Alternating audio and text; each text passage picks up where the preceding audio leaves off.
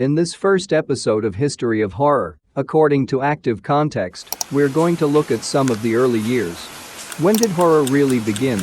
You might say that Nosferatu from 1922 was the first horror movie ever made. It was made 100 years ago, so I think it's a fair assumption. I would make another pick though. I would go in a totally different direction with this, and I would choose a non-horror movie per definition to be the actual first horror movie in history. But first we may have to define what horror really is. There are many aspects of it, but I think the most important aspect of the whole thing is that it scares the audience in some way. In my take on this, it was not necessarily the intention to create something scary, but according to what I dug up on the event, people were really terrified when they witnessed the Lumiere brothers attempt to showcase their technology. Moving pictures were something new, and when they presented their arrival of a train, people were terrified that the incoming train was about to hit them, run over them. I think that is the first moment of horror history when it comes to film. But when did horror as a concept really begin? I think it was more or less before the beginning of time, to tell the truth. As long as we humans have had a way to communicate, we have had the intention to scare with our stories. In the Stone Age it might not have been via film and horror movies, but the need to scare children, to stay away from dangerous animals or places must have been a reality even back then. And when jumping forward a few thousand years, we sure have a bunch of scary photographs and books to look back at from a modern-day perspective. There are all kinds of scary monsters and creatures in some of the classics. And you don't even have to go to Mary Shelley's Frankenstein or Bram Stoker's Dracula for that. Just look at the old Greeks. In their mythology, which might mostly consist of adventures stories, to be fair, there's often an element of terror and fear. There are the terrible monsters in the stories about the labors of Heracles, for instance. There's a multi-headed Hydra monster and scary gods and all kind of creatures. It's not limited to the adventures of Heracles either. We have the whole Medusa tale, and of course the story about the man-eating beast living in the center of a giant maze, Minotaur. But going back to the early years of cinema, I do think that Nosferatu is one of the main biggest starts of the horror genre. I know there were a couple of vampire movies made before 1922, but I don't think they have gone down in history like such a classic as Nosferatu. It's a great film and obviously adapted from Bram Stoker's novel Dracula. But they couldn't use that name since they didn't have the rights.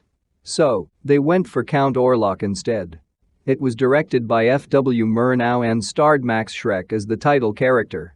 And the story goes that Nosferatu and/or the director-producer was taken to court over copyright claims by Bram Stoker's widow. She actually won the case and all copies of the movies were ordered by the court to be burned. Luckily this didn't happen, and that's why we still can enjoy it today. I've heard from friends of mine who are really into photography how great Nosferatu really is from a photography point of view. I'm not sure that I have the needed knowledge about photography to have an opinion of the matter. At least not from a technical point of view. From an audience point of view, I think it's really effective though. It's a beautiful movie, and there are some really effective scenes in there. The technology for those shots must have been really ahead of its time.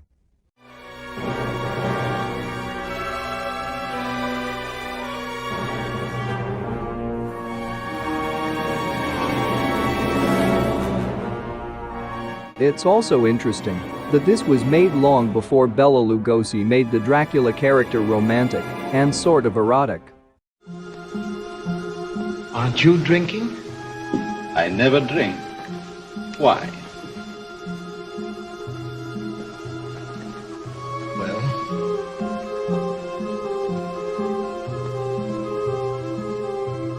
there is nothing erotic and romantic about Max Schreck's portrait of Count Orlok. He's quite ugly, and his fangs are located in the front of the mouth, which is a much more efficient placement if you want to actually use the teeth to punctuate the skin of your victim and drink the blood. Therefore, Nosferatu is scarier than most of the later adaptations of vampire tales.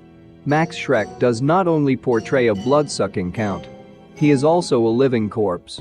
Something that is true for all undead creatures, of course, but there's no effort in disguising him as something elegant.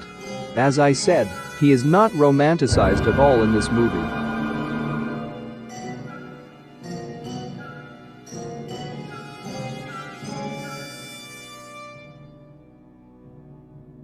I personally love some of the cinematography when it comes to the playfulness with shadows.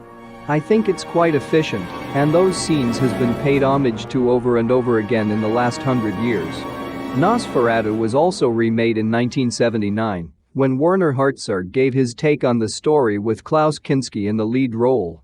There are other versions as well, but that 1979 version is an important take history-wise. According to IMDb, there is also a brand new remake in post-production. I think that we'll be very excited to sink the teeth into. Although not really a strict horror film, there is a need to mention the Cabinet of Dr. Caligari among those early movies. It has a lot of similarities with horror without being horror itself. The atmospheric feel to it is hard to top. In fact, I don't think I've seen many movies, horror or otherwise, that were better in that sense than the Cabinet of Dr. Caligari. It's a highly influential film, and if you can't find the style anywhere else, I suggest you turn to Tim Burton's films. His style is very visual, and I would claim that lots and lots of inspiration have come to him from this particular movie. Look at those expressions, the atmosphere. Can you really say that you're not in love with these sequences? As I said, without being a horror movie, it's quite influential. But also, as I claimed earlier, if it's scary or scares people, it's definitely some kind of horror movie. So maybe the Cabinet of Dr. Caligari qualifies as horror after all? Other early influential movies worth mentioning are also one of my personal favorites, Metropolis. Although more science fiction and drama than horror, in those early days there was a pretty fine line between the genres. And it still is. There are a lot of stories that combine genres, and science fiction and horror is not an uncommon mix. But I think I will come into that more in later episodes more dedicated to the subject. Metropolis has amazing special effects. That does not make the film a masterpiece by itself, but it's a very important element and present in many horror movies. Especially these days. And when speaking of special effects, there's really no way to get around mentioning Georges Méliès. Not strictly horror at all. I would place him in the science fiction genre. But his early experiments with visual effect cannot really be overstated. Not that horror needs special effect per definition, but it often facilitates the way you can portray certain things that goes under the horror umbrella. I think that much of his work are lost now, but some things have survived, and it's very interesting to see what could be done in those early years without any aid from computers, as we're all too dependent on these days.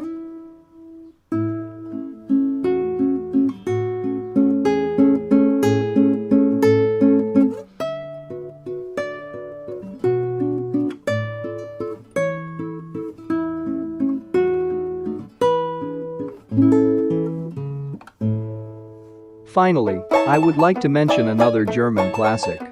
The Gollum. This is a marvelous-looking masterpiece. The music is very present to create the story. I think of it as an early Frankenstein of sorts. The story is very similar in some ways, although the motivation behind the characters is totally different. They're both stories about dead matter coming to life.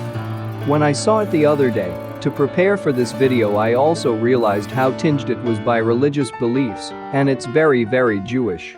That was all for this first episode. Let us see where the next one takes us. This was actually a lot more work than I anticipated, so if you liked it, please let me know your thoughts in the comments below. And don't forget to like and subscribe to my channel. Until next time. Tommy from Active Context.